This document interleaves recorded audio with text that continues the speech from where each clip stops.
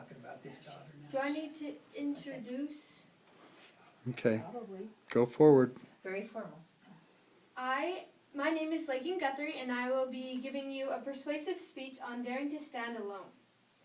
Being a high school student, there are many situations where we have to stand alone, or feel like we are standing alone, but those situations can turn into an opportunity to recognize and strengthen our own personal testimonies. Keeping your standards high and making Christ a special part of your life creates a light that shines and others notice. Last year in seminary, a class member shared an experience with us about a non-member in her class who said, "I bet I can point out every Mormon in this class." As he went through every person with this girl, she realized he got every guess right. As I thought about this, I wondered how it was so easy for him to do that. Then I remembered 3 Nephi 12:16, which reads, "Therefore let your light so shine before this people that they may see your good works and glorify your Father who is in heaven." I then realized that this boy noticed the light of Christ shining from each of those kids who were LDS, even though he might not have known what that light was. A big part of letting our light shine is daring to stand alone and to be like Christ.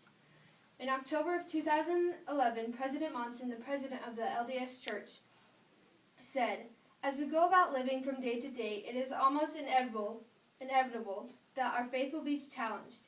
We may at times find ourselves surrounded by others and yet standing in the minority or even standing alone concerning what is acceptable and what is not. Do we have the moral courage to stand firm for our beliefs, even if by so doing we must stand alone? Remember Tennyson's words, 'My strength is as the strength of 10 because my heart is pure.' Increasingly, some celebrities and others who, for one reason or another, are in the public eye have a tendency to ridicule religion in general and, at times, the church in particular. If our testimonies are not firmly enough rooted, such criticisms can cause us to doubt our own beliefs."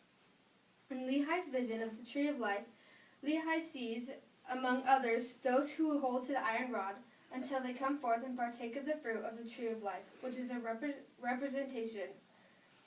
And then, sadly, after they partake of the fruit, some are ashamed because of those in the great and spacious building, who represent the pride of the children of men, who are pointing fingers at them and scoffing at them, and they fall away into forbidden paths and are lost.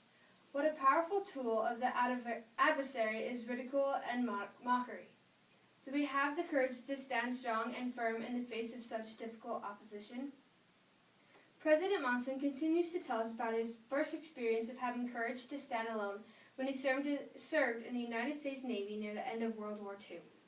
Navy boot camp was not an easy experience for me, nor for anyone who endured it. For the first 3 weeks, I was convinced my life was in jeopardy. The Navy wasn't trying to train me, it was trying to kill me. I shall ever remember when Sunday rolled around after the first week. We received welcome news from the Chief Petty Officer. Standing at attention on the drill ground in a brisk California breeze, we heard his command. "Today, everybody goes to church. Everybody. That is, except for me. I'm going to relax." Then he shouted, "All of you Catholics, you meet at Camp Decatur, and don't come back until 3 o'clock. Forward march." A rather sizable contingent moved forward. Then he barked out his next command. "Those of you who are Jewish, you meet in Camp Henry, and don't come back until 3 o'clock. Forward march." A somewhat smaller contingent marched out. Then he said, "The rest of you Protestants, you meet in the theaters at Camp Farragut, and don't come back until 3 o'clock. Forward march." Instantly, there flashed through my mind the thought, "Monson, you are not a Catholic, you are not a Jew, you are not a Protestant. You are a Mormon. So you just stand here." I can assure you that I felt completely alone. Courageous and determined, yes, but alone. And then I heard the sweetest words I have ever heard that Chief Petty Officer utter. He looked in my direction and asked, "And just what do you guys call yourselves?" Until that very moment, I had not realized that anyone was standing beside me or behind me on the drill ground. Almost in unison, each of us replied, "Mormons." It is difficult to describe the joy that filled my heart as I turned around and saw a handful of Mormons. The Chief Petty Officer scratched his head in an expression of puzzlement, but finally said, "Well, you guys go find somewhere to meet, and don't come back until 3 o'clock. Forward march." As we marched away, I thought of the words of a rhyme I had learned in primary years before. Dare to be a Mormon. Dare to stand alone. Dare to have a purpose firm. Dare to make it known. Although the experience turned out differently from what I had expected, I had been willing to stand alone, had such been necessary. Since that day, there have been many times when there was no one standing behind me, and so I did stand alone. How grateful I am that I made the decision long ago to remain strong and true, always prepared and ready to defend my religion should the need arise.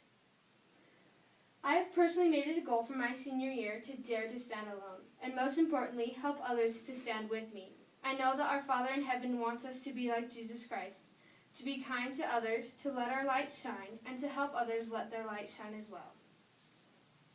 Thank you for my speech, or for listening to my speech, and I challenge you all to dare to stand alone in anything that you believe in.